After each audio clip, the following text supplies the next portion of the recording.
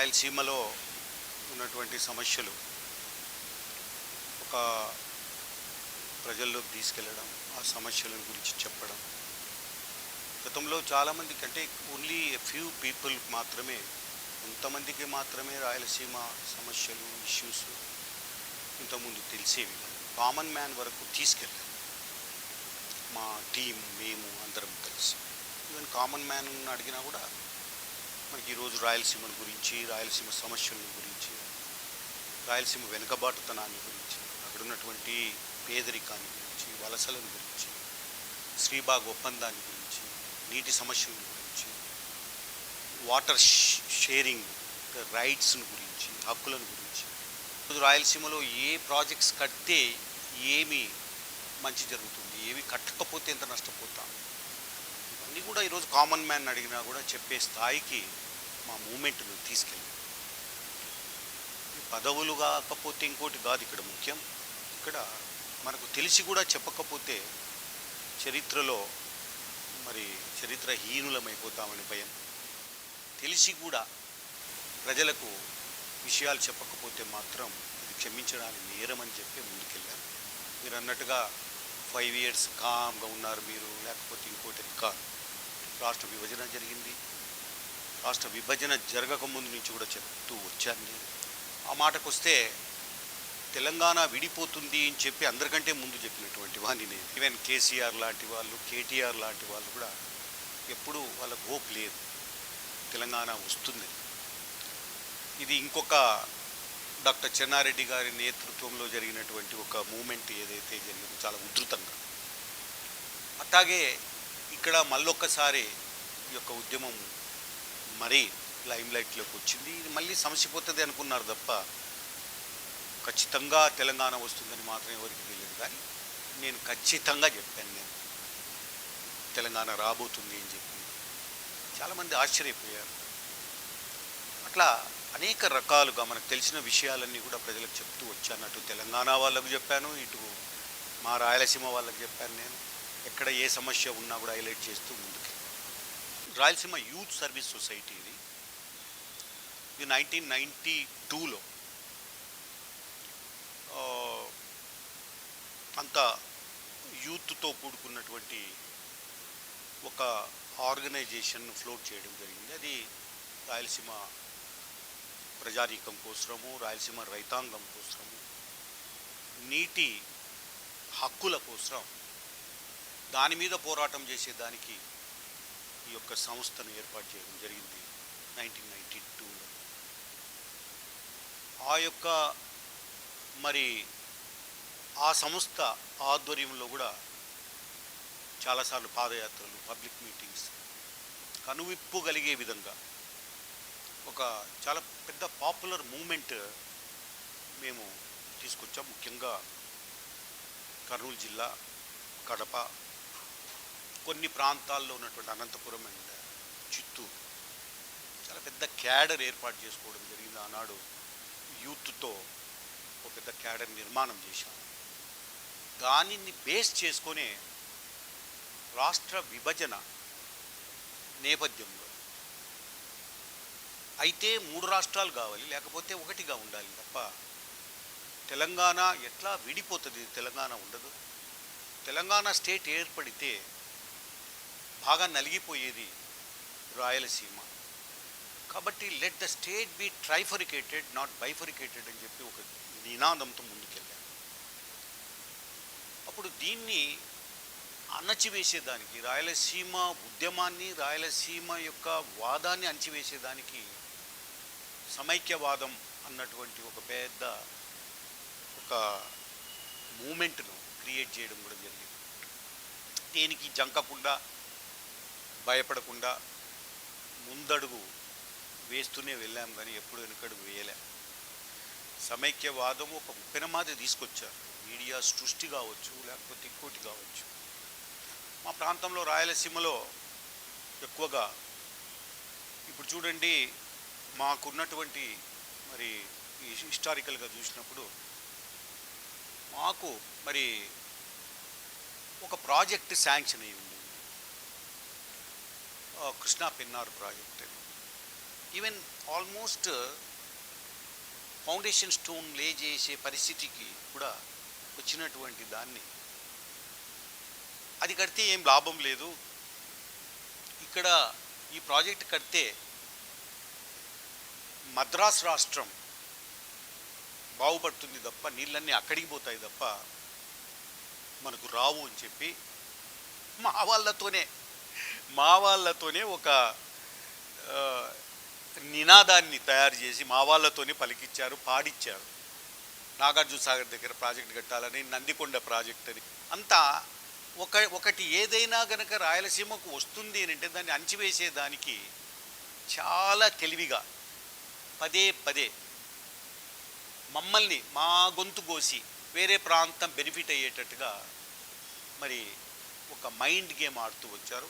అట్లాగే ఈ యొక్క సమైక్యవాదం కూడా, రాయలసీమ వాదం చాలా తీవ్రంగా వెళ్ళింది ఆనాడు. తీవ్రంగా ఉన్నటువంటి ఆ సమయంలో సమైక్యవాదం అని చెప్పి చాలా రకాలుగా సీమాంధ్ర అన్నారు. మరి చివరకు మేము చేసినటువంటి ఎఫర్ట్స్తో ఆనాడు ఆర్వైఎస్ఎస్, ఆ తర్వాత రాయలసీమ పరిరక్షణ సమితి, ఒక పొలిటికల్ పార్టీ. ఆర్వైఎస్ఎస్ పొలిటికల్ కాదు అది, కానీ రాయలసీమ పరిరక్షణ సమితి అన్నటువంటి పొలిటికల్ పార్టీని ఫ్లోట్ చేయడం, ఆ తర్వాత మరి దాంతో మేము ముందుకెళ్ళడం, ఇవన్నీ కూడా మరి చరిత్రలో మిగిలిపోయేటటువంటి సత్యాలు, వాస్తవాలు. అయితే it's a registered political party which is there. దాన్ని సరే, దాని యాక్టివిటీస్ మానేశాం. మరి చూడాలి, మళ్ళీ ఒకసారి మా ఎగ్జిక్యూటివ్ కమిటీ కూర్చొని మాట్లాడి ఏం చేయాలి చూస్తాం. రాయలసీమ వాదానికి సపోర్ట్ రాలేదని మాత్రం నేను ఒప్పుకోను. ఎందుకంటే నేను పాదయాత్ర చేసినప్పుడు కానీ, లేకపోతే సొంతంగా ట్రాక్టర్ నడుపుతూ, ట్రాక్టర్ యాత్ర అని చెప్పి రాయలసీమ అంతా తిరిగాను సొంతంగా నడుపుతూ. అదే రకంగా బస్సు యాత్ర అని చెప్పి బస్సు తయారు చేసి వెళ్ళాను. ఈవెన్ చాలా మరి రాజకీయంగా పూర్తిగా రెండు వర్గాలుగా డివైడ్ అయిపోయినటువంటి ప్రాంతాల్లో కూడా ట్రెమెండస్ రెస్పాన్స్. రెండు వర్గాల నుంచి వచ్చి జై రాయలసీమ అని చెప్పి మాకు మద్దతు ఇచ్చింది. మీరు అది పులివెందుల కానీ, లేకపోతే రాయలసీమలో ఉన్నటువంటి కుప్పం, మన చంద్రబాబు నాయుడు గారు రిప్రజెంట్ చేస్తున్న కుప్పంలో కూడా బ్రహ్మాండమైనటువంటి ఒక సపోర్ట్ లభించింది పబ్లిక్లో. అది పలమనేరు కానీ, తిరుపతి కానీ, లేకపోతే శ్రీకాళహస్తి కానీ, లేకపోతే పీలేరు, అదే రకంగా మరి వాల్మీకిపురం, అనంతపురం, కదిరి, ఎక్కడికి వెళ్ళినా హిందూపురం, మదనపల్లె, ఇటువంటి ప్రాంతాల్లో అంతా కూడా రాయలసీమ మీద ప్రేమ చూపించారు. బయటకు వచ్చి వేలాది సంఖ్యలో. అంతా మాకేం పెద్దగా ఇన్ఫ్రాస్ట్రక్చరు, లేకపోతే ఖర్చులు పెట్టేటటువంటి పెద్ద శక్తి మాకైతే లేదు. జస్ట్ మా కళాకారులు ఒక 4-5 ముందు, ఒక గంట ముందు వెళ్ళి అక్కడ డప్పులు తీసుకొని పాటలు పాడడం, గజ్జగట్టి నాట్యం చేయడం, రాయలసీమ గురించి ఒక 4 మాటలు చెప్పడం. ఆ తర్వాత రాయలసీమ పరిరక్షణ సమితి అధ్యక్షులు బైరెడ్డి రాజశేఖర రెడ్డి గారు వస్తున్నారు, అడ్రస్ చేస్తారు ఇక్కడ అన్నటువంటి ఒక గంట ముందర ఇచ్చినటువంటి ఒక కాల్తో వేలాది మంది సపోర్టు మాకు ఇవ్వడం కూడా జరిగింది. మెయిన్గా తెలంగాణ ఉద్యమం. తెలంగాణ ఉద్యమంలో ఇది ఒక రైలుకు 2 పట్టాలు అవసరం. ఈ 2 పట్టాల్లో ఒక పట్ట మూమెంట్, ఇంకొక పట్ట మరి ఎలక్షన్స్, పొలిటికల్గా మరి అక్కడ సీట్లు సంపాదించుకోవడం, ఓట్లు సంపాదించుకోవడం అనేది ఇంకొకటి. ఈ రెండిట్లలో ఏ పట్టా లేకపోయినా కూడా, ఈ రెండిట్లలో మాకు ఒక పట్టా దొరికింది తప్ప, మూమెంట్ పట్టా దొరికింది తప్ప, మాకు పొలిటికల్గా ఎక్కువగా సపోర్ట్ లభించలేదు, ఓట్స్గా కన్వర్ట్ కాలేదు. వేలాది మంది వచ్చినా, యాక్చువల్గా మదనపల్లెలో నేను ఎప్పుడు మర్చిపోలేను. అది ఆ ప్రాంతంలోకి నేను వెళ్ళినప్పుడు వేల మంది వచ్చారు జై రాయలసీమ. కానీ ఎలక్షన్స్కి వచ్చేటప్పటికి మాత్రం అవి కన్వర్ట్ కావడం లేదు. ఇది బాగా డ్రాబ్యాక్. ఇది మూమెంట్కి ఒక డ్రాబ్యాక్. కేంద్రాన్ని కదిలియాలన్నా లేకుంటే పొలిటికల్ సిస్టమ్ను కదిలియాలన్నా ఒక పొలిటికల్ ఫోర్స్ అనేది కూడా అవసరం. దానికి మద్దతు లభించలేదు.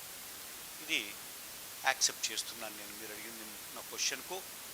అంటే ఒక పట్టా మాత్రమే దొరికింది తప్ప రాయలసీమ వాదానికి రెండవ పట్టా ప్రజలు ఇవ్వలేకపోయారు.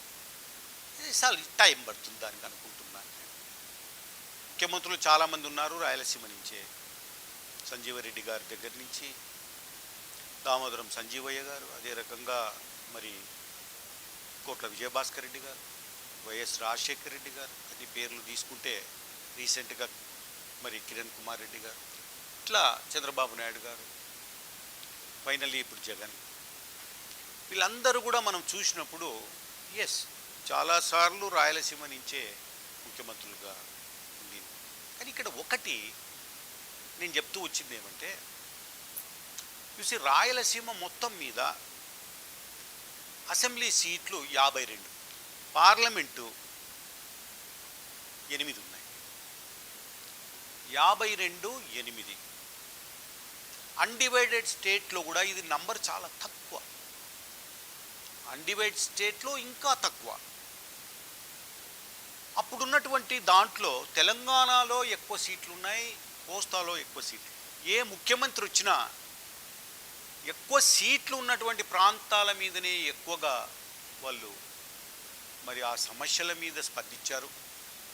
వారికి నీటి ప్రాజెక్టుల విషయం కానీ, డెవలప్మెంట్ విషయం కానీ, బడ్జెట్ కేటాయింపులు కానీ వాళ్ళకి ఎక్కువ ఇచ్చారు. కానీ రాయలసీమ నుంచి వచ్చినప్పటికీ కూడా తక్కువ నంబర్ ఉండడం వల్ల వీళ్ళకి ఏమీ చేయలేదు అని చెప్పి నా అభిప్రాయం.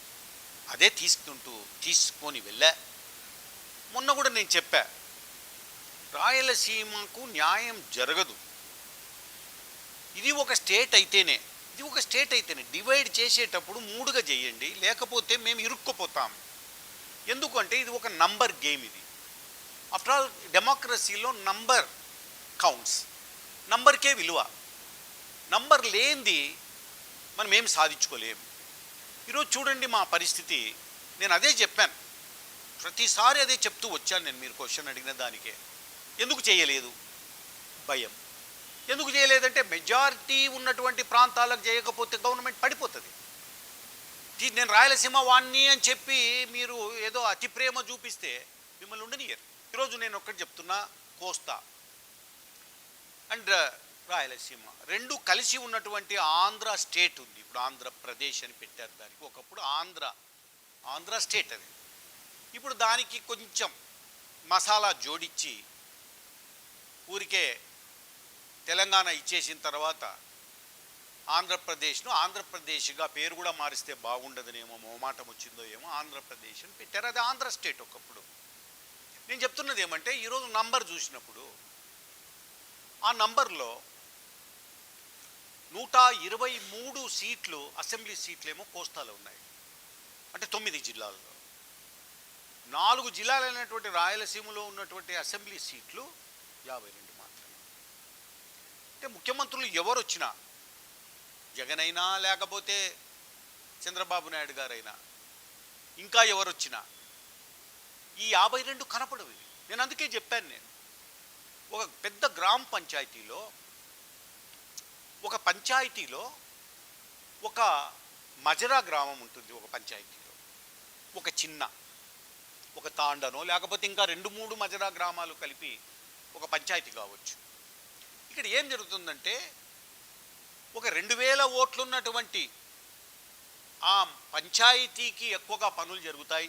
లైట్ పోతే లైట్ వేస్తాడు, లేకపోతే నీళ్లు లేకపోతే నీళ్లు తెస్తారు, రోడ్డు లేకపోతే రోడ్డు, లేకపోతే అక్కడ ఉన్నటువంటి డ్రైనేజ్ వ్యవస్థ, ఉన్నటువంటి ఫండ్స్ ఏవైతే ఉన్నాయో ఆ ఫండ్స్ అన్నీ కూడా ఆ మేజర్ గ్రామ పంచాయతీ మీదనే ఎక్కువ ఖర్చు పెడతారు తప్ప 200-300 ఓట్లు ఉన్నటువంటి ఎక్కడా కూడా మజిరా గ్రామాన్ని పెద్దగా పట్టించుకొని దాన్ని చెయ్యరు. అందుకే రాయలసీమ అన్నది ఆంధ్రప్రదేశ్ రాష్ట్రంలో ఒక మజరా గ్రామం మాదిరిగా ఉంది, ఇది నంబర్ తక్కువ ఉన్నందుకు, కాబట్టి దీనికి ఎవరు ఏం చెయ్యరు, అందుకే లెట్ ఇట్ బి ట్రైఫరికేటెడ్ అని చెప్పి నేను చాలా పెద్ద ఎత్తున తీసుకెళ్ళాను. ఇది ఖచ్చితంగా ఎప్పుడో ఒకసారి ఇది నేను దానికి ఏదేదో బీజం నాటానో తప్పకుండా బర్స్ట్ అవుతుంది. అది ఎందుకునంటే ఇప్పుడు జరుగుతున్నటువంటి వ్యవహారాలలో రాయలసీమ మీద ఏమీ లేదు. ఎంతసేపు ఉన్న రాయలసీమ అంటే కియా మోటార్స్ తెచ్చామని, లేకపోతే ఏదో పంపుల ద్వారా నీళ్ళు ఇస్తున్నామని, లేకపోతే కరువు భత్యం ఇస్తున్నామని, లేకపోతే సబ్సిడీ విత్తనాలు ఇస్తున్నామని, ఈ రకమైనటువంటి మరి ఏదో పెద్ద ఇప్పుడు ఎట్లా ఉందనంటే వీళ్ళ యొక్క పాలసీస్ మా ముఖ్యమంత్రులు, మా ప్రాంతం నుంచి వచ్చిన ముఖ్యమంత్రుల రాయలసీమ మీద ఉన్నటువంటిది ఎట్లా అంటే ఒక కొంప అంటుకుపోతూ ఉంటే ఒక గ్లాసులో చెంబులో నీళ్లు తెచ్చి చల్లినట్టుగా ఉంది వీళ్ళ పని తప్ప ఇంకోటి కాదు. అందుకే రాయలసీమ ఎప్పటికీ విడిపోతే తప్ప ఇది బాగుపడే ప్రసక్తి లేదు. ఇప్పుడు చూడండి జమ్మూ కాశ్మీర్ మొన్ననే ఇది చేశారు, జమ్మూ కాశ్మీర్ను యూనియన్ టెరిటరీగా తీసుకెళ్లారు. దానికి సరే ఓకే అసెంబ్లీ ఉంటుంది అన్నీ ఉంటాయి, కానీ యూనియన్ టెరిటరీలో అదే రకంగా లడాఖ్ను తీసుకెళ్లారు. లడాఖ్ను ఏం చేశారు, యూనియన్ టెరిటరీ చేసి అసెంబ్లీ లేదు, కానీ parliament is responsible for its development and other activities, funds కానీ ఇది. అట్లాగే నేనేం చెప్తున్నానంటే రాయలసీమ వీళ్ళు ఎంత మంది ముఖ్యమంత్రులైనా ఇంకోటైనా ఈ కోస్తా వైపే లాగుతుంది తప్ప, ఎందుకునంటే నంబర్ ఎక్కువ ఉంది కాబట్టి. 52 సీట్లు ఉన్నటువంటి అసెంబ్లీ సీట్లు ఉన్నటువంటి రాయలసీమ మీద వీళ్ళు ఎలాంటి ప్రేమ చూపించారు. వీళ్ళంతా కూడా చేస్తున్నది ఏమీ లేదు. చూడండి ప్రవీణ్ క్లియర్గా కనపడతా ఉంది, రాయలసీమలో ఒక అసంతృప్తి ఉంది. ఈ అసంతృప్తిలో భాగంగా గుండ్రేవుల రిజర్వాయర్ కట్టాలని, సిద్ధేశ్వరం అలుగు కట్టాలని, మా ప్రాంతానికి ఇంచున నీళ్లు పారించాలని, మా ప్రాంతంలో కరువు తీరాలని అనేక రకాలైనటువంటి తుంగభద్ర జలాలు. ఈరోజు చూడండి ఎంత ఫ్లడ్ వచ్చిందో తుంగభద్ర, కర్నూలు కూడా మళ్ళీ మునిగిపోయేటట్టుగా ఫ్లడ్ వచ్చింది. అసలు తుంగభద్రలో ఉన్నటువంటి ఫ్లడ్ వాటరు ఇదంతా కూడా శ్రీశైలం ప్రాజెక్టు చేరుకొని అక్కడి నుంచి కిందికి సముద్రం పాలవుతామని ప్రత్యేకమైన రిజర్వాయర్లు కట్టండి, ప్రత్యేకమైన స్కీమ్స్ మీరు తీసుకురండి, రాయలసీమ కరువును తీర్చండి అని చెప్పి మేమంతా అడుగుతున్నాం, కానీ స్పందించే కథ లేదు. ఇప్పుడు మళ్ళీ కొత్తగా తెచ్చారు. ఏ రకంగా రాయలసీమ వాదాన్ని ఒక మైండ్ గేమ్తో, సమైక్యవాదము అన్నటువంటి ఒక మైండ్ గేమ్తో తొక్కి పారేశారు. అట్లాగే ఈరోజు రాయలసీమ నీటి అవసరాలు, రాయలసీమ నీళ్లు రావాలి అన్న డిమాండ్స్, ఆ అసంతృప్తిని తొక్కిపుచ్చేదానికి ఈరోజు ఇంకొక డ్రామా జరుగుతుంది. అదేమంటే కృష్ణా గోదావరిని లింక్ చేయడం. ఇది కూడా ఒక సమైక్యవాదం అన్నటువంటి మైండ్ గేమ్ మాదిరిగానే ఇది కూడా ఒక మైండ్ గేమ్. దీంట్లో మాకు కావాల్సింది మాకు నీళ్లు కావాలి, మాకు కావాల్సింది మా కరువు తీరాలి. రాయలసీమని పట్టు పీడిస్తున్నది ఈ దేశంలో ఎక్కడా లేదు. ఈవెన్ రాజస్థాన్ ఒకప్పుడు ఎడారి మాదిరిగా ఎక్కడ తాగేదానికి నీళ్లు లేని రాజస్థాన్ ఈరోజు ముందుకెళ్ళిపోయింది. కానీ రాయలసీమ పోదు. ఎందుకు పోదు? ఇక్కడి నుంచి ముఖ్యమంత్రులు వస్తున్నారు, తీసుకుపోయి మెజార్టీ నంబర్ ఉన్నటువంటి ప్రాంతాలకు వీళ్ళంతా కూడా వాళ్ళని తృప్తిపరిచేదానికి ఈరోజు చూస్తున్నారు తప్ప ఇంకోటి కాదు. ఈ సీమ అది ఎందుకు వచ్చిందో మా కర్మకు, ఆ పట్టికి ఒక సీమ అని జొతయింది.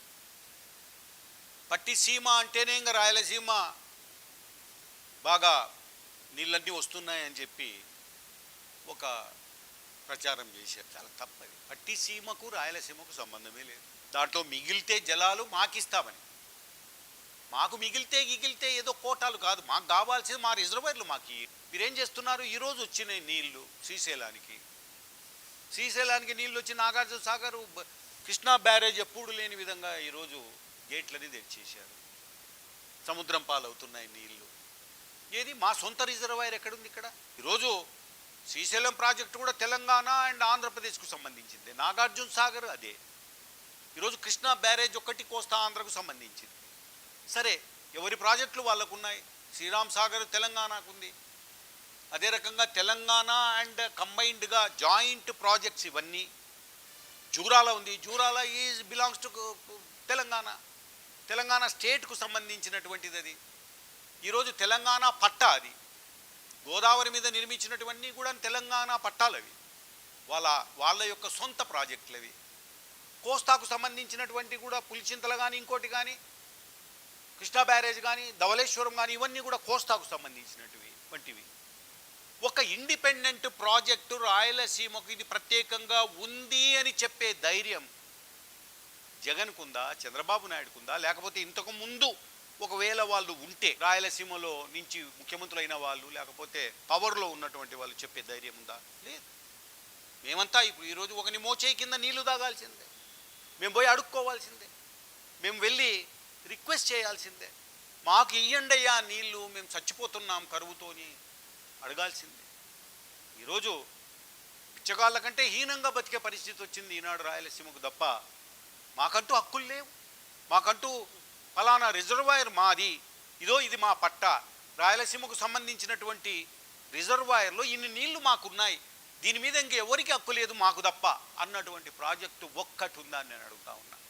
అది ఎందుకు డెవలప్ చేయడం లేదు నేను అడుగుతా ఉన్నా. అవన్నీ డెవలప్ చేయకుండా మీరు మభ్యపెట్టి ఇంకోటి చేసినప్పుడు ఈ పట్టిసీమలు లేకపోతే కృష్ణ లేకపోతే ఇంకోటి, అసలు కేంద్రం కూడా మొన్న డివిజన్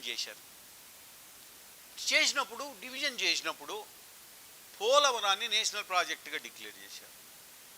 పోలవరము యాక్చువల్గా అక్కడ ఏం పెద్ద కొరత లేదు, నీటి కొరత అస్సలు లేదు. అక్కడ నీళ్ళు వర్షాలు ఎక్కువ ఉన్నాయి, తర్వాత నీళ్లు కూడా బాగానే ఉన్నాయి. మాకెందుకు రాయలసీమ ఒక ప్రాజెక్టును నేషనల్ ప్రాజెక్టుగా డిక్లేర్ చేసి ఎందుకు ఫండ్ చేయలేదు నేను అడుగుతాను. లేదు, అడిగే నాదులు లేడు, రాయలసీమ మీద అవగాహన లేదు. రాయలసీమలో ఉన్నటువంటి ప్రాజెక్టులు నీళ్లు, అసలు తుంగభద్ర ఎక్కడ పుడుతుంది, దాని మీద ఎవరెవరికి హక్కులు ఉన్నాయి, కృష్ణా మీద ఎవరికి ఉన్నాయి, కృష్ణా ఎక్కడ పుడతా ఉంది, తుంగభద్ర ఎక్కడి నుంచి వస్తూ ఉంది, హోస్పేట డ్యామ్ అంటే ఏంటి, హోస్పేట ఇంతకుముందు ఎక్కడ ఉండింది, బళ్ళారి జిల్లా ఎవరిది ఇంతకుముందు, ఎందుకు డివైడ్ అయ్యింది, ఈ నీళ్లు ఎందుకు రావడం లేదు, ఈ నీళ్లు మనకు ఏ రకంగా తీసుకురావాలి రాయలసీమకు అన్నటువంటి అవగాహన ఎవ్వరికీ లేదు. అందుకే మోసపోతున్నాం. అందుకే మేము అడుగుతున్నాం, మా నీళ్లు మాకు ఎక్కడో ఒక చోట పెట్టండి, మా నీళ్లను మాకు అక్కడో, ఇది రాయలసీమ నీళ్ళు, ఇంకా ఎవరికి లేదు హక్కు, ఈ నీళ్లు ఉన్నాయి చూడు రాయలసీమకు అని ఇట్లా చూపించి ధైర్యంగా ఇవి రాయలసీమ నీళ్లు, ఇదిగో ఈ రిజర్వాయరు, ఈ 110 టీఎంసీల రిజర్వాయర్ ఇదిగో ఈడుంది, ఇది నిండింది, ఇది రాయలసీమది అని చెప్పే ధైర్యం చేయమని చెప్పండి. చెయ్యరు. అందుకే బాధాకరంగా ఈరోజు ఎప్పుడో బర్స్ట్ అవుతుందండి ఇవన్నీ. ఒకరి మోచేయి కింద నీళ్లు తాగే పరిస్థితి. నేను అసెంబ్లీలో కూడా చాలాసార్లు మాట్లాడినాను. మాట్లాడి ఎవరు స్పందించేవాళ్ళు ఎందుకు అనేది ఏం మాట్లాడినా ఏది. ఇప్పుడు శ్రీబాగ్ ఒప్పందం ఉంది, శ్రీబాగ్ ఒప్పందాన్ని ఎట్లా పక్కన పెడతారండి? శ్రీబాగ్ ఒప్పందం అనేది ఒక ఒప్పందం, దానివల్లే ఈ స్టేట్ ఏర్పడింది. ఆంధ్రప్రదేశ్ స్టేట్ ఏర్పడదు లేకపోతే. శ్రీబాగ్ ఒప్పందం ప్రకారంగానే అంతా అజిటేట్ చేసి మూమెంట్ తీసుకొని వచ్చి అందరూ కలిసి పోరాడడం వల్ల ఆంధ్ర స్టేట్ ఏర్పడింది. ఆ ఒప్పందం ప్రకారంగానే కర్నూలు క్యాపిటల్ అయ్యింది. అడగని తెలంగాణ వాళ్ళు డిమాండ్ చేయలేదే ఆంధ్రప్రదేశ్లో చేరుతామని? లేదే. వాళ్ళని తీసుకొచ్చి కలిపి మా స్టేట్ క్యాపిటల్ను తీసుకొచ్చి హైదరాబాద్కు తరలిస్తే ఈరోజు పలకరించే నాదులు లేడు.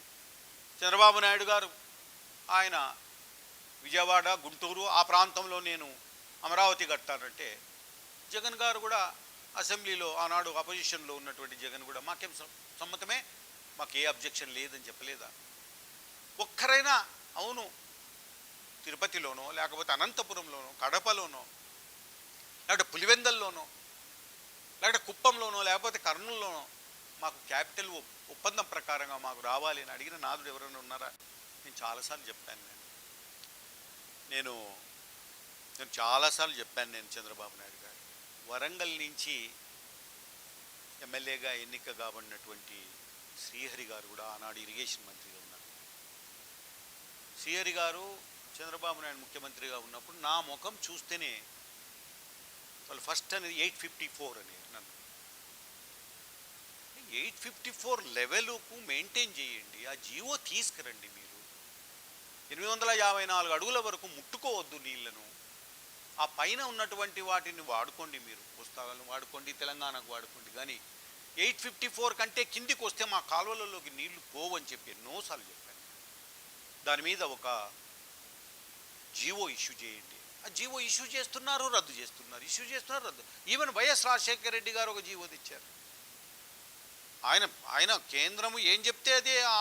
అటువంటి పవర్ఫుల్ చీఫ్ మినిస్టర్ కూడా ఆ జీవో వచ్చినప్పుడు కృష్ణా బ్యారేజ్ దగ్గర అందరూ అక్కడ కూర్చొని ధర్నా చేశారు. వెంటనే భయపడి రద్దు చేశాడు వైఎస్ రాజశేఖర రెడ్డి గారు కూడా. నేను ఎన్నిసార్లు చెప్పాను, నేను రాయలసీమ బతకాలంటే 854 లెవెల్ మెయింటైన్ చేయండి శ్రీశైలంలో, లేకపోతే ఇది బతకదండి అని చెప్పి నాకు మారు పేరు పెట్టారు. నా ముఖం చూస్తేనే ఇద్దరు అనేది 854, వైరెడ్డి అనేవాళ్ళు కాదు, 854 అనేది. So this are the history. నేను అడగలేదు, మాట్లాడలేదు, లేకపోతే దీని మీద పోరాటం సాగించలేదు. ఎందుకో నేను ఎమ్మెల్యేగా అధికార పార్టీలో ఉన్నప్పుడు కూడా కలెక్టరేట్ ముందర ధర్నా చేశాను. చంద్రబాబు నాయుడు గారు కేఈ కృష్ణమూర్తి గారిని పంపించారు. 4వ రోజు తర్వాత అనుకుంటాను, నిరాహార దీక్షలో ఉన్నప్పుడు ఆయన అష్యూరెన్స్ చీఫ్ మినిస్టర్ గారు ఇస్తున్నారు, నువ్వు ఇంకా మానేసి మొత్తము ఆయన నువ్వు అడిగిన డిమాండ్స్ అని నెరవేరుస్తానని చెప్పి నాతో మానిపించారు. ఆ తర్వాత ఏదో మామూలే మళ్ళీ. దట్ ఈస్ ఆర్డీఎస్కు సంబంధించింది. ఈరోజు ఒకటి అడుగుతున్నాను ప్రవీణ్, ఒకటే అడుగుతున్నా. కర్ణాటక ఈరోజు తుంగభద్ర డ్యామ్, ఆ పైన తుంగభద్ర డ్యామ్ దగ్గర అక్కడ జలచౌర్యం జరుగుతూ ఉంది. విచ్చలవిడిగా కొల్లగొడతా ఉన్నారు నీళ్ళను కర్ణాటకలో ఉన్నటువంటి వాళ్ళు. ఎవరైనా మాట్లాడుతున్నారా? కర్ణాటక జలచౌర్యాన్ని గురించి మాట్లాడుతున్నారా? అదే కోస్తాకు సంబంధించిన ఏ ప్రాజెక్టులోనైనా జలచౌర్యం జరిగితే వదులుతారా? అదే రకంగా తెలంగాణకు సంబంధించినటువంటి ఏ ప్రాజెక్టు మీదనైనా జలచౌర్యం జరిగితే ఊరికే ఉంటారా? లేదు. మా వాళ్ళకు అవగాహన లేదు, ఫైటింగ్ స్పిరిట్ లేదు, సబ్జెక్టు తెలియదు. మా కర్మ అంతే. ఇంకా కొన్నాళ్ళు పడుతుంది ఇది ఇంకా పికప్ కావడానికి. ప్రజలే రోడ్డు మీదకి వచ్చి నిలదీసేదానికి కొంచెం టైం పడుతుంది. తెలంగాణ ఆంధ్రప్రదేశ్ రాష్ట్రంలో కలిసి ఉన్నంతకాలం తెలంగాణకు పెద్దగా ఏమీ జరగలేదు. నీళ్ళ విషయంలో కానీ, ప్రాజెక్టుల విషయంలో కానీ, బడ్జెట్ కేటాయింపుల విషయంలో కానీ, డెవలప్మెంట్ విషయంలో కానీ, రైట్ ఫ్రమ్ వార్డు నుంచి పూర్తి స్థాయిలో ఇక్కడ ఉన్నటువంటి రాజధాని వరకు పెద్దగా డెవలప్మెంట్ అంత స్పీడ్గా లేదు. కానీ ఇక్కడ ఒకటి మనం చూడాల్సింది, తెలంగాణ విడిపోయిన తర్వాత తెలంగాణ ఈరోజు ముందుకు పోతా ఉంది. నీళ్లు వాళ్ళు బాగా వాడుకుంటున్నారు, వాళ్ళ ప్రాజెక్టులు వాళ్ళు కట్టుకుంటున్నారు, వాళ్ళ బడ్జెట్ వాళ్ళు కేటాయించుకుంటున్నారు పలానా దానికి. తాగునీటి సమస్య మీద కానీ, లేకపోతే మరి సాగునీటి సమస్యల మీద ప్రభుత్వాలు చర్యలు తీసుకునేటటువంటి హక్కులు వచ్చాయి. అంతకుముందు తెలంగాణ కూడా ఒకరి మోచే కింద నీళ్లు తాగేదే. ఈరోజు అందుకే చెప్తున్నాను నేను, తెలంగాణ విడిపోవడం వల్ల తెలంగాణకు మంచి జరిగింది. అందుకే నేను చెప్తున్నా, రాయలసీమ విడిపోతే రాయలసీమ కూడా తెలంగాణకు జరిగిన మంచి జరుగుతుంది అని చెప్పి. విడిపోకపోతే ఒకరి మోచే కింద నీళ్లు తాగాల్సిందే, భిక్షగాని కంటే హీనంగా బతకాల్సిందే. We are now beggars. We have to beg every time for everything. అది ఉండదు. Telangana also was begging all the time. Now Telangana is not a beggar. Telangana is living independently. Rayalaseema కూడా ఆ పరిస్థితులు రావాలి. ఇదంతా నంబర్ గేమ్లో ఇరుక్కుపోయి తెలంగాణ నలిగింది, నంబర్ గేమ్లో ఇరుక్కుపోయి ఇప్పుడు రాయలసీమ నలుగుతూ ఉంది. దీని నుంచి బయటపడాలి అన్నదే నేను తీసుకెళ్ళాను. Time, it takes time. ఈరోజు అన్ని వివరాలు నేను ఇప్పుడు చెప్పలేను, కానీ ఇంకొక ఇంటర్వ్యూ ఒక 6 months తర్వాత అడిగితే నేను ఇంకా క్లియర్గా చెప్తాను. కానీ మేజర్గా రాయలసీమలో ఒకవైపున 2 రీజనల్ పార్టీస్ ఉన్నాయి. ఒకటి తెలుగుదేశం, ఇంకొకటి వైఎస్ఆర్ కాంగ్రెస్ పార్టీ. ఈ రెండిటికి కూడాను, ఈ 2 పార్టీలకు మద్దతు ఉంది మాస్లో కానీ ప్రజల్లో. ఈ రెండు పార్టీలను కూడా ఈరోజు చీకొట్టి రాయలసీమ ఉద్యమం వైపున తిరగాలంటే టైం పడుతుంది, మోటివేషన్ అవసరం. మోటివేట్ చేశాం, ఇంకా చేయాల్సి ఉంది. చూసి మీరు అంటున్నట్టుగా తెలంగాణ ఉద్యమం తెలంగాణ పుట్టినప్పటి నుంచి ఉండేది. తెలంగాణ పుట్టినప్పటి నుంచి అసంతృప్తి ఉంది. మరి చెన్నారెడ్డి గారు ఆయన మరి ఈ ఉద్యమాన్ని నడిపారు. ఈ ఉద్యమం మంది ఫైరింగ్లో చచ్చిపోయారు, యువకులు, ఉద్యమకారులు. నాకు అనిపిస్తుంది అసలు మరి చెన్నారెడ్డి గారు లీడర్షిప్లో జరిగిన ఉద్యమం ఇప్పుడు కేసీఆర్ నేతృత్వంలో జరిగిన ఉద్యమం కంటే 10 రెట్లు ఎక్కువ అని నా అభిప్రాయం. అయినప్పటికీ సీట్లు ఇచ్చారు, ఎంపీ సీట్లు ఇచ్చారు అప్పుడు. కానీ మరి చెన్నారెడ్డి గారిని ఏ రకంగా మరి కాంగ్రెస్ పార్టీలో విలీనం చేయించిన ఆ పార్టీని, వాళ్ళు పెట్టిన పార్టీని ఫినిష్ అయిపోయింది మూమెంట్. ఆ తర్వాత మళ్ళీ కొద్దిగా ఉంటూ ఆ తర్వాత కేసీఆర్ గారు, కోదండరాం గారు, అదే రకంగా మరి గ్రామాన ఉన్నటువంటి మరి ఈ గజ్జెగట్టి పాట పాడేటటువంటి వాళ్ళు, కవులు, అదే రకంగా కళాకారులు, వీళ్ళందరూ చేసిన కృషి, ముఖ్యంగా ఉస్మానియా యూనివర్సిటీ యూత్కు ఒక పెద్ద హెడ్ క్వార్టర్స్ అది. ఉస్మానియా యూనివర్సిటీలో మూమెంట్ అక్కడనే స్క్రిప్ట్ తయారయ్యి, అక్కడనే ఆ స్క్రిప్ట్తో ఈ మూమెంట్ అన్నటువంటి ఒక సినిమా తయారైంది. ప్రజలు చూశారు, ప్రజలు శబాష్ అన్నారు, ముందుకెళ్ళింది. ఎంతోమంది బలిదానం చేశారు. దీంట్లో టైం పట్టింది, దాదాపుగా 60 సంవత్సరాలకు పైన పట్టింది. ఈరోజు రాయలసీమ ఉద్యమం అన్నది నేను తీసుకెళ్ళాను ఉధృతంగా. అంత సులభంగా ఊరికే ఏదో ఒక 10 సంవత్సరాలకో 5 సంవత్సరాలకో అయిపోతుంది మూమెంట్ అన్నటువంటిది కాదు. మూమెంట్కు ఒక ఖచ్చితంగా టైం కావాలి, టైంలో ప్రజలు మోటివేట్ కావాలి, ప్రజలు దాన్ని గుర్తించాలి. ప్రజలు ఎడ్యుకేట్ అయినప్పుడు ఇప్పుడు చూడండి, బర్స్ట్ కావడానికి 2 కారణాలు ఉన్నాయి రాయలసీమలో. ఒకటి రాయలసీమలో కరువు, 2 అన్ఎంప్లాయ్మెంట్ ప్రాబ్లం. ఈరోజు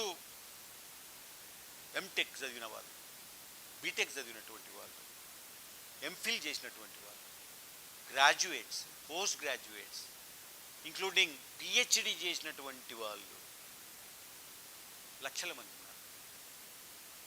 లక్షలాది మంది ఆడపిల్లలు, మగపిల్లలు ఉద్యోగాలు లేక ఈరోజు ఉపాధి హామీ పథకంలో పనులకు వెళ్తారు. నిన్న యాత్రలో చాలామంది యూత్ను అడిగాను. నేను కన్స్ట్రక్షన్ వర్కర్స్గా పనిచేస్తున్నప్పుడు అడిగాను.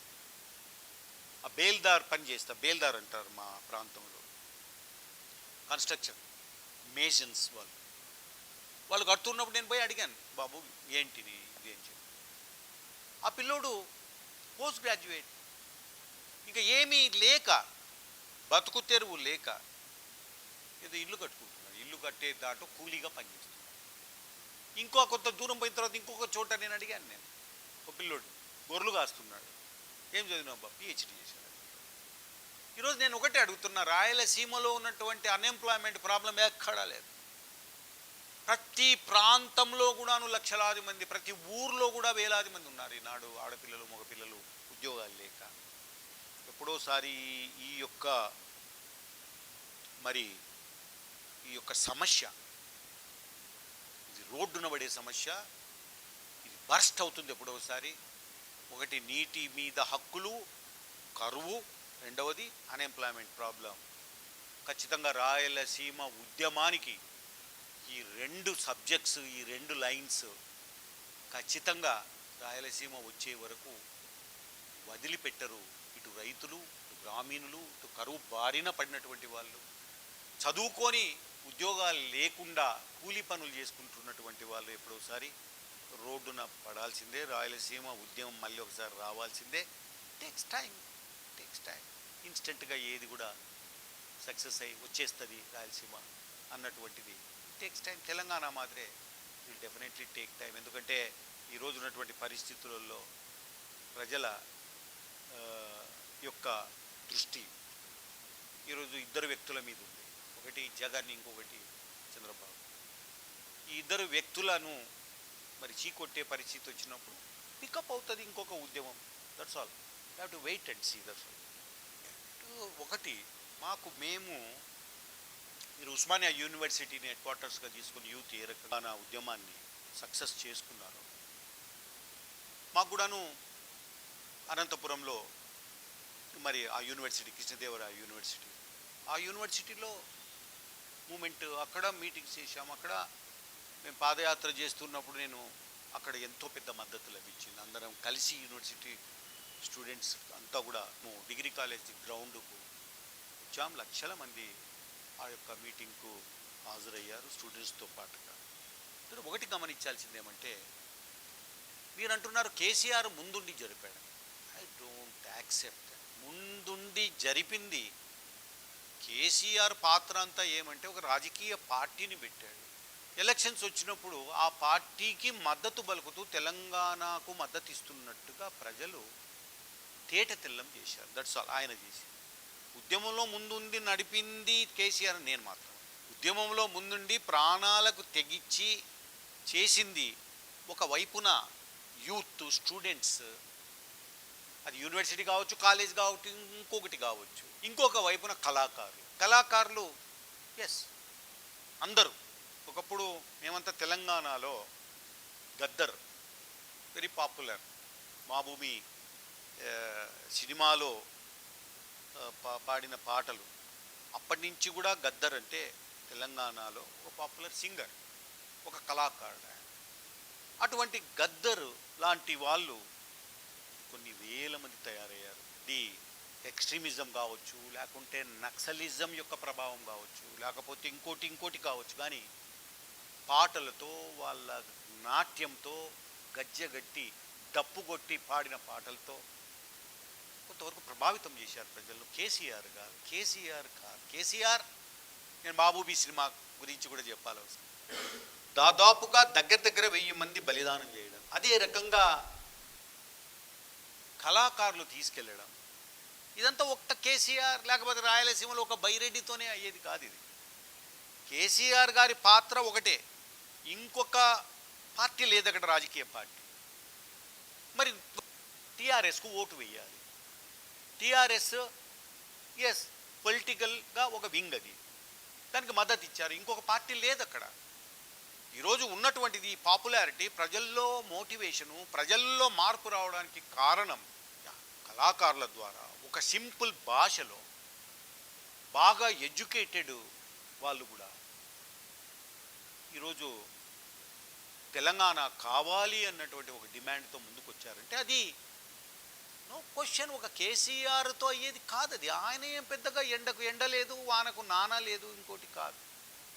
చేసిందంతా స్టూడెంట్స్, అండ్ దెన్ చేసిందంతా కళాకారులు, చేసిందంతా కూడా మరి ప్రజల్లోకి తీసుకెళ్ళినటువంటి ఒక ఎలైట్ క్లాస్ ఏదైతే డెవలప్ అయిందో అన్నాడు, వాళ్ళ ద్వారా తెలంగాణ మూమెంట్ పాపులర్ అయింది, వాళ్ళ ద్వారా మరి ఇది ఉధృతమైంది. అంతే తప్ప కేసీఆర్ యొక్క పాత్ర సముద్రంలో ఒక నీటి బొట్టు లాంటిదే తెలంగాణ ఉద్యమం. ఆ ఫ్యాక్షన్ కథలు రాయడం వల్లే, ఆ ఫ్యాక్షన్ కథలు చిన్నగా అక్కడ అడపా దడపా అంటాం మేము, అడపా దడపాగా here and there, now and then జరిగినటువంటి విషయాలను దాన్ని భూతద్దంలో చూపించడం వల్లే కొంతవరకు రాయలసీమకు దెబ్బ తగిలింది, రాయలసీమ ముందుకు పోకుండా ఉండింది. మీరు అన్నారు బైరెడ్డి రాజశేఖర రెడ్డి కుటుంబం కూడా ఫ్యాక్షన్ కుటుంబం అని. బైరెడ్డి రాజశేఖర రెడ్డి గురించి మీకు తెలియక చెప్తున్నారు మీరు. I'm educated, I'm a post graduate, I can speak about subjects. If you provide me a chance to speak in Hindi or in English or in Telugu fluently, I can just speak on any subject under the sky. మరి మమ్మల్ని గురించి మీరు ఎంతసేపు ఉన్న రాయలసీమలో పుట్టాము కాబట్టి మేము ఫ్యాక్షనిస్టులము, రాయలసీమలో ఉన్నాం కాబట్టి ఫ్యాక్షనిస్టులము. ఈరోజు చూడండి మీరు, ఒక రాజకీయం ఎట్లా ఉంటుందంటే రాయలసీమలో ఒకడు పవర్లో ఉంటే ఇంకొకడు పవర్లో లేనటువంటి వాడిని హరాస్మెంట్ మొదలవుతుంది. పవర్లో లేనటువంటి వాడిని కేసులో ఇరికించడం, వాడిని తొక్కడం, లేకపోతే వాడిని నష్టపుచ్చడం, బెదిరించుకోవడం జరుగుతాయి రాయలసీమలో. అది ఒక కంటిన్యూ అవుతూ ఉన్నది. అటువంటి పరిస్థితులలోనే మేము చాలా మటుకు నష్టపోయాము. మా మీద అనవసరమైన కేసులు పెట్టారు, మా మీద అనేక రకాలుగా ఇబ్బందులు పెట్టారు మమ్మల్ని. అయినప్పటికీ కూడా సరే, ప్రజలు నమ్ముకొని ముందుకు వెళ్ళాము మేము. ఈరోజు ఫ్యాక్షనిజం అన్నది ఈ దేశంలో ఎక్కడైనా ఉంది. నేను ఒకటి చూశాను. నేను ఫ్యాక్షనిజం ఎందుకు, law and order. Law and order అనేది విశాఖపట్నంలో నేను ఒకటి చూశాను. నేను నడి బజారులో ఒక బిజీ సెంటర్, ఆ సెంటర్ మర్చిపోయినాను, ఇట్లాగే పంజగుట్ట మాదిరిగా సెంటర్, వేలాది మంది వస్తుంటారు పోతుంటారు, ట్రాఫిక్ ఉంటుంది. అటువంటి సెంటర్లోనే ఒక అమ్మాయిని అక్కడే ఫుట్పాత్ మీద వాడు రేప్ చేస్తుంటే అది వీడియో తీసి సోషల్ మీడియాలో పెట్టారు. దానికి ఎంత ఇంపార్టెన్స్ ఇచ్చారు మీరు? అటువంటి వానికి ఏం శిక్ష విధించారు ఈనాడు? ఈ లా అండ్ ఆర్డర్ ప్రాబ్లం అనేది ఇది ఆల్మోస్ట్ ఆంధ్రప్రదేశ్లో ఎక్కడైనా ఉంది. దాన్ని ఒక రాయలసీమకు మాత్రం కదా చెప్పారు కదా. ఇప్పుడు రాయలసీమ ఉద్యమం చాలా తీవ్రంగా పోతాం. ఎలక్షన్స్ వచ్చాయి. ఆనాడు అధికారంలో ఉన్నటువంటి వాళ్ళు నన్ను ఒక అవకాశంగా తీసుకొని ఇరికిచ్చారు. నావాడు ఎవరైతే సాయీశ్వరుడు అనేవాడు హత్యకు గురయ్యాడు, నా ఫాలో అయ్యాడు. నాకెంతో మొదటి నుంచి కూడా నాతో ఉన్నటువంటి వాడు, అతను చంపారు. దాంట్లో ఏ రకంగా కూడా ఎంక్వైరీ చేయకుండా, ఇంకోటి చేయకుండా నా మీద ఇరికిచ్చారు. ఈరోజు నేను డే 1లోనే నేను రాశాను డీజీపీకి, అందరికి అన్యాయంగా నన్ను ఎఫ్ఐఆర్లో ఉంది పేరు, ఇన్వెస్టిగేట్ చేసి న్యాయం చేయడం. స్పందించలేదు ఎవరు స్పందించలేదు. నాకు తెలియనటువంటిది, నాకు అసలు ఏ రకంగా కూడా సంబంధం లేని కేసులో నన్ను ఇరికిచ్చారు. సరే, ఫేస్ చేస్తున్నాం, దట్స్ ఆల్. ఇవన్నీ మామూలు మొదటి నుంచి వస్తున్నటువంటివే. నా వాన్ని నేను పోగొట్టుకొని నేను కేసులో ఇరుక్కోవడము, ఇది గవర్నమెంట్ ప్రెజర్ ఎంతుందో నష్టపుచ్చేదానికి, రాయలసీమ వాదాన్ని కుతికే పిసికి చంపేదానికోసం వేసిన ఎత్తుగడులు తప్ప ఇంకోటి కాదు. ఏ రకంగా ఒక ప్రాంతాన్ని డివైడ్ చేస్తారండి? ఆనాడు ఇచ్చినటువంటి ప్రపోజల్లో రాయలసీమలో ఉన్నటువంటి వాళ్ళు కూడా 2 జిల్లాలు, అనంతపురం కర్నూలు జిల్లాను తీసుకొచ్చి తెలంగాణలో కలపమని, తర్వాత 2 జిల్లాలు చిత్తూరు అండ్ కడపని తీసుకెళ్ళి కోస్తాలో కలపమని పేరు కూడా చేశారు. పేరు కూడా పెట్టారు రెండింటికి. ఒకటి రాయల తెలంగాణ అని, ఇంకొకటి సీమ ఆంధ్ర అని. చాలా బాగా పెడతారు పేర్లు, పెట్టారు. ఆనాడు ఉద్యమించింది ఎవరు? మేము ఉద్యమించాం. రాయలసీమ పరిరక్షణ సమితి ఉద్యమించింది. నేను ఒకటే చెప్పాను ప్రెసిడెంట్ ఆఫ్ ఇండియా దగ్గరికి, తర్వాత హైరప్స్ ఇన్ ఢిల్లీలో పోయి, చూడండి ఇది ప్రత్యేకమైన ప్రాంతం, ఇది ఈ ప్రాంతాన్ని మీరు డివైడ్ చేసేదానికి మీరు దీన్ని రాజకీయ కారణాలతో దీన్ని నాశనం చేయొద్దండి. మీరు రాయలసీమను 2గా చేయడం అన్నది ఇట్ ఈజ్ లైక్, మాకు 2 దేవస్థానాలు ఉన్నాయి. ఒకటి శ్రీశైలం, మహత్తరమైన దేవస్థానం, అట్లాగే ఇంకోటి తిరుపతి, ఒకటి చిత్తూరు జిల్లాలో ఉంది, ఒకటి కర్నూలు జిల్లాలో ఉంది. నేను వెళ్ళి ప్రెసిడెంట్ ఆఫ్ ఇండియాకు లెటర్ ఇచ్చాను. నేను ప్రణబ్ ముఖర్జీ గారితో చెప్పాను. నేను చాలాసేపు టైం ఇచ్చాడు ఆయన. చూడండి, మీరు ప్రైమ్ మినిస్టర్ తర్వాత సోనియా గాంధీ అందరికీ చెప్పండి, మీరు I had been watching you paying visits to Tirumala and another sacred place is there in Rayalaseema, that is Srisailam. We believe that it is like Adi Sheshu for us. We believe its head is there in Tirupati and its tail is there in Srisailam. We believe that if you just divide this area into 2, it is like cutting Adi Sheshu into 2 pieces. So many efforts పెట్టిన తర్వాత, ధర్నాలు చేసిన తర్వాత, ఢిల్లీ నుంచి గల్లీ వరకు అవన్నీ మానుకున్నారు. ఈరోజు రాయలసీమ అన్నది అట్లాగే ప్రత్యేకంగా నిలబడింది. సరే, ఏం చేస్తుందో ఫ్యూచర్లో ఏమవుతుందో చూద్దాం. దాన్నైతే కాపాడుకున్నాం. ఆ క్రెడిట్ అంతా మాకు రావాలి, మా రాయలసీమ పరిరక్షణ సమితికి రావాలి. లేకపోతే రెండు కాదు కదా, ఇంకా బళ్ళారిని ఏ రకంగా కర్ణాటకకి ఇచ్చేశారో, గిద్దలూరు, ఖమ్మం, తర్వాత ఎర్రగొండపాలెం వరకు రాయలసీమలో ఉన్నదాన్ని తీసుకెళ్ళి ప్రకాశం జిల్లాలో గడిపారో, రాయలసీమను ఏ రకంగా కుదిచ్చి పారేశారో చిన్నగా, గిద్దలూరు, ఖమ్మం అండ్ ఎర్రగొండపాలెం, ఈ ఖమ్మం కాదు, అక్కడ ఉంది ఖమ్మం. సో ఇవన్నీ కూడా ఒకప్పుడు రాయలసీమ కర్నూలు జిల్లాలో ఉన్నటువంటివి, వాటన్నింటినీ తీసుకెళ్ళి ప్రకాశం జిల్లాలో కలిపారు. అక్కడ ఉన్నటువంటి ఆ ప్రాంతంలో ఉన్నటువంటి వాళ్ళు ఎవరినన్నా అడగండి వెళ్ళి, కర్నూలు జిల్లాలో ఉంటేనే మేలంటారు. కానీ మా వాళ్ళు రాయలసీమ వాళ్ళు అట్టాగా రాయలసీమను కుదించుకొని తీసుకొచ్చారు. ఇది కూడా ఒక ప్రయత్నంలో భాగంగా రాయలసీమ నాశనం చేయాలనేటువంటిది, దాని ఉనికినే పాడు చేయాలన్నటువంటి ఒక ప్రయత్నంలో భాగంగా చేశారు. ఇప్పుడు మేము తిరగబడ్డాం, దాని మీద సాధించుకున్నాం. రాయలసీమను ఇప్పటికీ ఏమీ కాకుండా నిలబెట్టుకున్నాం. తర్వాత ఏమవుతుందో చూద్దాం. ఒకటి, తెలంగాణ ఏర్పడడమే తెలంగాణకు మంచి జరుగుతాం. అతని పాలన గురించి, అతని యొక్క మరి గంటకొక నిర్ణయం తీసుకోవడాన్ని గురించి ఇంకోటి నేనైతే కామెంట్ చేయను. కానీ ఆయన యొక్క పాలసీల్లో కన్సిస్టెన్సీ లేదు. నేషనల్ లెవెల్లో ఉన్న పాలసీలో కన్సిస్టెన్సీ లేదు, స్టేట్లో ఉన్నటువంటి నిర్ణయాలలో కన్సిస్టెన్సీ లేదు.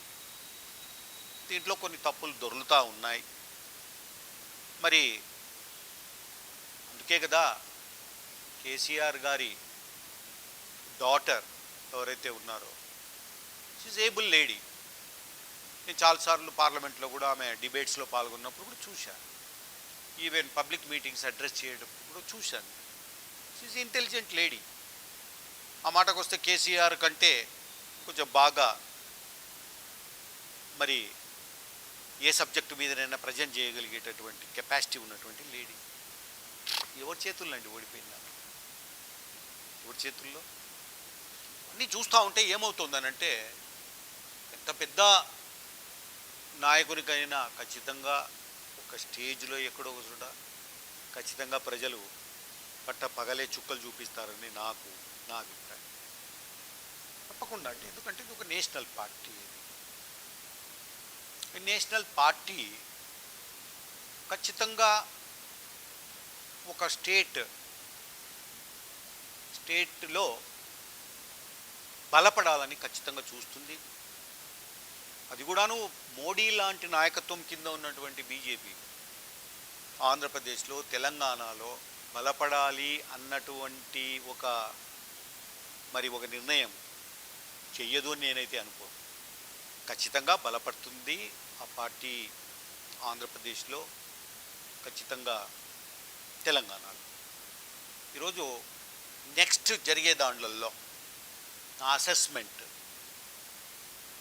పెద్ద రీజనల్ పార్టీస్కు పెద్దగా ప్రిఫరెన్స్ ఇవ్వరు ప్రజలు అన్నది నా అభిప్రాయం. ఎందుకంటే ఇప్పుడున్నటువంటి పరిస్థితులలో నేషనల్ లెవెల్లో ఏ పార్టీ అధికారంలో ఉందో ఆ పార్టీనే రూల్ చేస్తేనే ఆ స్టేట్కు బెనిఫిట్ అవుతుంది అనేది తేట తెల్లమైనటువంటి విషయం. ఇక్కడ ఒక పార్టీ ఉండి కేంద్రంలో ఇంకొక పార్టీ ఉంటే ఇబ్బందులు ఎదుర్కోవాల్సింది. ఇప్పుడు జగన్కు వచ్చినటువంటి సమస్య అదే, కేసీఆర్ గారికి వచ్చినటువంటి సమస్య అదే. ఈరోజు కేంద్రం యొక్క సహాయ సహకారాలు, సహాయ నిరాకరణ అంటే నాన్ కోఆపరేషన్ అన్నది ఉంటే కేంద్రం నుంచి చాలా కష్టం.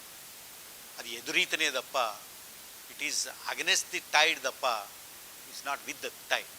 నాకు అభిప్రాయం అదే. కాబట్టి బీజేపీ ఖచ్చితంగా బలపడేదానికి అన్ని రకాలుగా కృషి చేస్తారు వాళ్ళు. ఆల్ అవుట్ ఎఫర్ట్స్ ఉంటాయి తప్పనిసరిగా. దానికి మరి వీళ్ళిద్దరు ఏ రకంగా దీన్ని తారో వేచి చూడాల్సిందే. But BJP cannot under estimate Modiji. ఎందుకంటే మోడీ కాశ్మీర్ ఇష్యూ తర్వాత చాలా పాపులర్ అయ్యాడు ఆయన.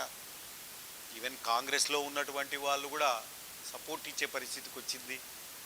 ఈవెన్ మొన్న కేసీఆర్ కూడా పార్లమెంట్ రాజ్యసభలో అదే రకంగా ఎవరు కూడా ఈరోజు అపోజ్ చేసే పరిస్థితుల్లో లేరు. ఈరోజు ఈ has become very popular Modi అన్నవాడు. ఈ ఎన్నాళ్ళు ఉంటుంది ఈ పాపులారిటీ చూడాలి. మరి ఈరోజు చూడండి, ఓవైపున ట్రిపుల్ తలాక్, కొంతవరకు అది కూడాను సపోర్ట్ ఇచ్చారు చాలా పార్టీలు ఆ బిల్లు కూడా. అదే రకంగా కాశ్మీర్ ఇష్యూలో కూడా సపోర్ట్ ఇచ్చారు. ఇంకా కొన్ని రాబోతున్నాయి. సో మోడీ గవర్నమెంట్ ఈరోజు అది బాగా మెజార్టీ ఆన్ ఇట్స్ ఓన్ పెద్ద మెజార్టీలో ఉంది కాబట్టి ఆయన కొన్ని రీఫార్మ్స్ కొన్ని చేంజెస్ తీసుకురావాలని ప్రయత్నం చేస్తున్నారు. దాంట్లో ఈ 2-3 నిర్ణయాల వల్ల మేబీ ఎన్నికల కంటే ముందు డిమానిటైజేషన్ కొంతవరకు దెబ్బతీసిందేమో, కానీ ప్రజలు యాక్సెప్ట్ చేశారు.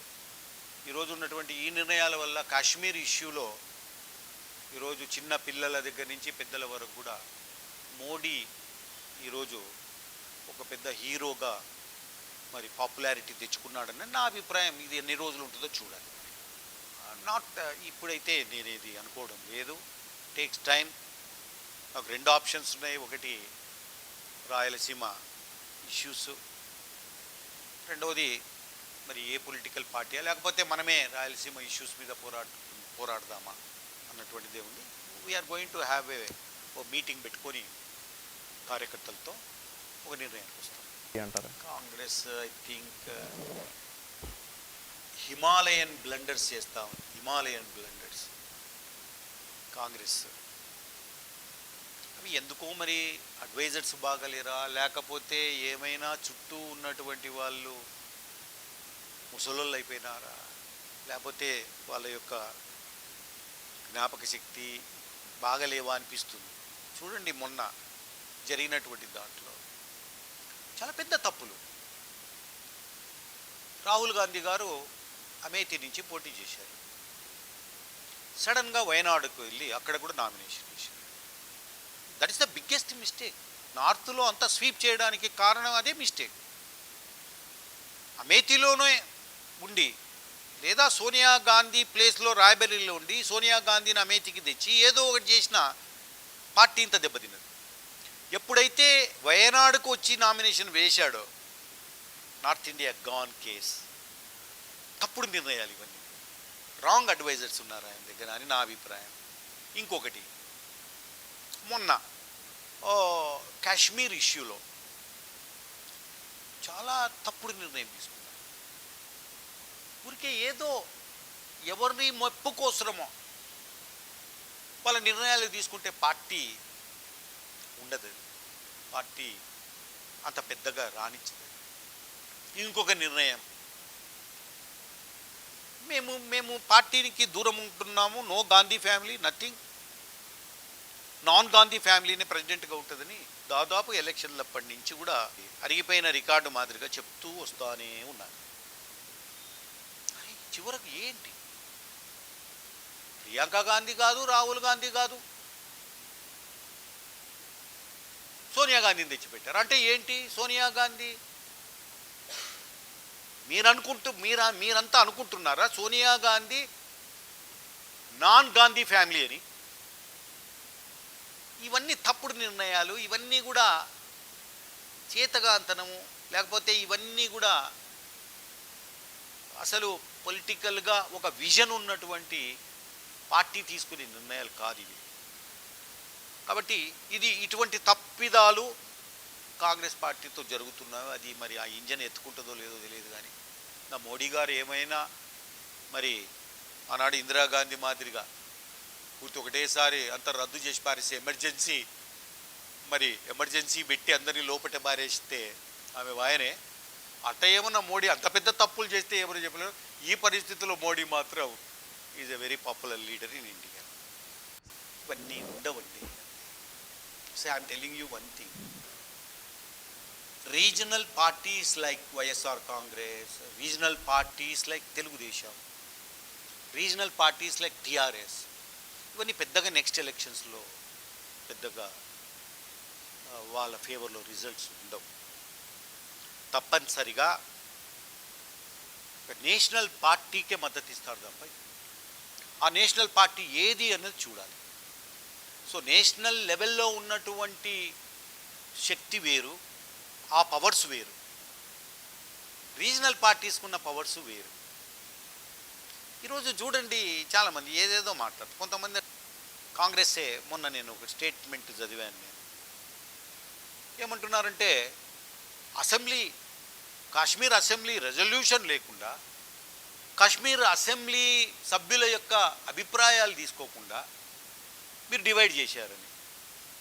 నేను ఒకటే క్వశ్చన్ అడుగుతున్నా.